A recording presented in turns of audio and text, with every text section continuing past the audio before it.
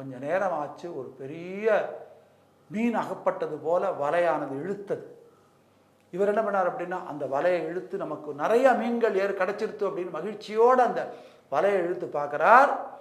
ஒரு பெரிய மீன் கிடைச்சிது. அந்த மீனும் எப்படி இருக்குது அப்படின்னா, தங்கத்தாலான மீன், நவரத்தனங்கள்லாம் பதித்தது போல விலை உயர்ந்த மீன்.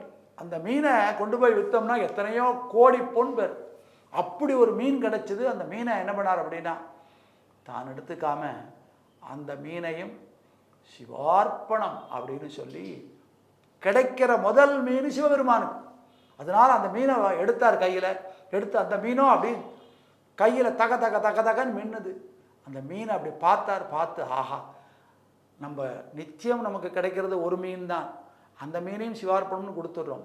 இந்த மீன் எப்படி ஸ்வர்ணமான மீன், இதையும் சிவார்ப்பணம்னு சொல்லி சிவபெருமானுக்கே அர்ப்பணம் பண்ணுறேன் அப்படின்னு சொல்லி சிவபெருமானுடைய திருவடிக்கே அதை அர்ப்பணம் பண்ணார்.